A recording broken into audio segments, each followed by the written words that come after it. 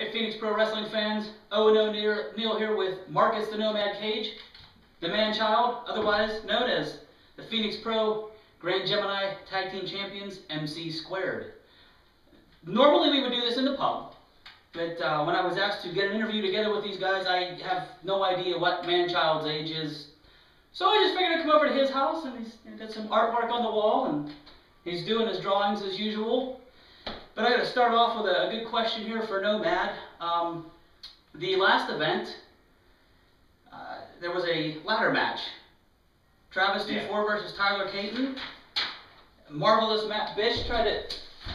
Oh, yes, this Tyler Caton. The Tyler Caton. You're fast. But Marvelous Matt Bish started to climb the ladder, and you and Manchild got involved. Yeah, I mean, a lot of people have been asking us lately why we decided to get involved in that match. I mean, knowing our history with both members of the Gays. But the thing is, Tyler Caton, he came to us backstage. We had our BPA booth set up, our Bully Protection Agency. And he kind of came and basically we buried the hatchet. I mean, we realized, you know, he treat us bad. He used to bully Manchild. They used to bully me, and the way things went down. But he kind of let us know that he felt sorry about that, and basically if we could be cool. And I was like, okay, fine. I'm a reformed bully myself, so like I understood where he was coming from. And he basically said he would like to have our services in case, you know, things got a little out of hand in the ladder match, because he didn't trust Matt Bish, basically. And I don't trust Matt Bish. No, anybody. It turns out he had good reason not to, because Matt Bish tried to interfere in the match and basically win it for Travis D4. So we said we'd have his back, and sure enough, Matt Bish made a play for the belt. We came out, threw him through a ladder. And from what I understand, well, Manchild gave me that beautiful drawing there. Let's pull that up again. That's pretty much what it looked like. Did he go on Weight Watchers for this drawing? He looks rather slim in that picture. But anyways, I have it on good authority that Matt Bish is still injured, which good for him. He shouldn't have been involved in the match.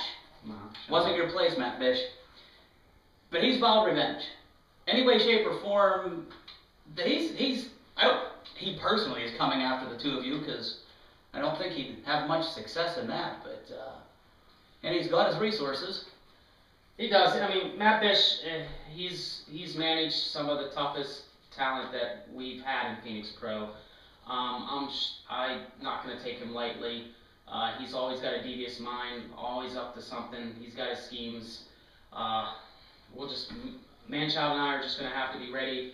If he does manage to find a way to get under our skin, we'll just have to be on the top of our game. I mean, we just gotta watch. But it's good. It's good because, you know, we got a new ally in Tyler Caton, Zach Rain, all them guys. We like to stick together, so I'm not too worried about it. But we'll see what the future holds. When it comes down to that, you're definitely in good company. Speaking of Zach Rain, that leads me into, he had an amazing match with James Ford for the Legacy Championship. We all know what happened after that match. Randall Fairway and Israel Sharif Fakor, now known as Non Grata, decided to burst their way into Phoenix Pro Wrestling and took James Ford out of action indefinitely. He is still in horrible shape. Part of what occurred there was the reason that the Grandmaster was replaced by Drew Shannon and Kes Edison. I thought, wow, you know, maybe this will get us somewhere. We had Chuck Gathers as head of security for the last show, and it still did not stop Non Grata from showing up. And as Manchild has shown, with a third person and a gas mask, nobody knows who that was. Randall Fairway, ISP, unknown creepy guy, showed up and took out Blue Collar Slaughterhouse as they were trying to have a match with Mad Explosion. Then after that, we were supposed to have an event January 10th. Yes. After everything gets put out there, the event's canceled. Drew and Kess have tried to find venue after venue. If they get a place booked, they get a phone call days later saying they can't have Phoenix Pro there. My suspicion is that it's non-grata. You've had dealings with them in the past, Manchild. What's your take on this? Why are they continually making sure Phoenix Pro shows don't happen? It's hard to say, Owen. Like you said, we've had history with them. I mean, we've never been each other's paths too often.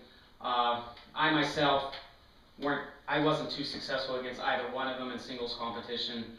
The fact that they joined together is kind of a scary thought because they are definitely a formidable force. What I can say is, Randall Fairway, he goes where the power is. I've seen him jump from one faction to another faction.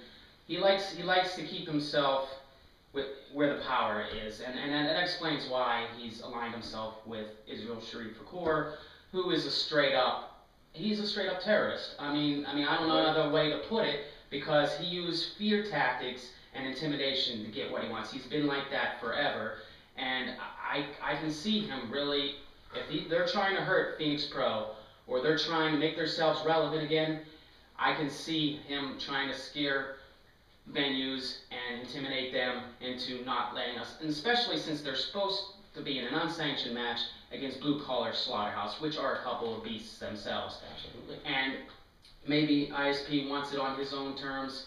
I don't know. All I know is those two are definitely out. And it doesn't make sense, because I've heard that they received scrolls when Phoenix Pro began. When the scrolls went out and the Grandmaster invited everybody, right, they were invited too. But they had their reasons to turn it down. Now all of a sudden, they went back in the limelight. And the way they're going about it, it's just all kinds of trouble. Right now, I just hope Blue Collar keeps them wrapped up, keeps them to where they don't spill out and cause all kinds of trouble. I mean, they're already causing a lot. Well, you made a very good point. ISP likes to be in control. He likes to do things on his terms. I'm going to wrap this interview up with saying this. Israel Sharif Fakour, if you really want to do stuff on your terms, you go find a venue. You book a show. Have fun with that. Everybody in this area knows what you're like, but maybe you can get your little boyfriend, Randall Fairway, to get that put together.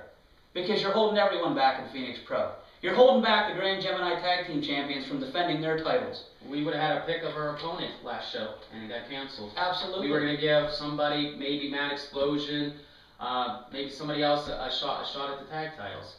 And the fact that our fans weren't able to see that kind of gets to us. I'm sure Manchild's not happy about it. I'm definitely not happy about it. So, I mean, they're starting to cut into our fan base, and it's not good.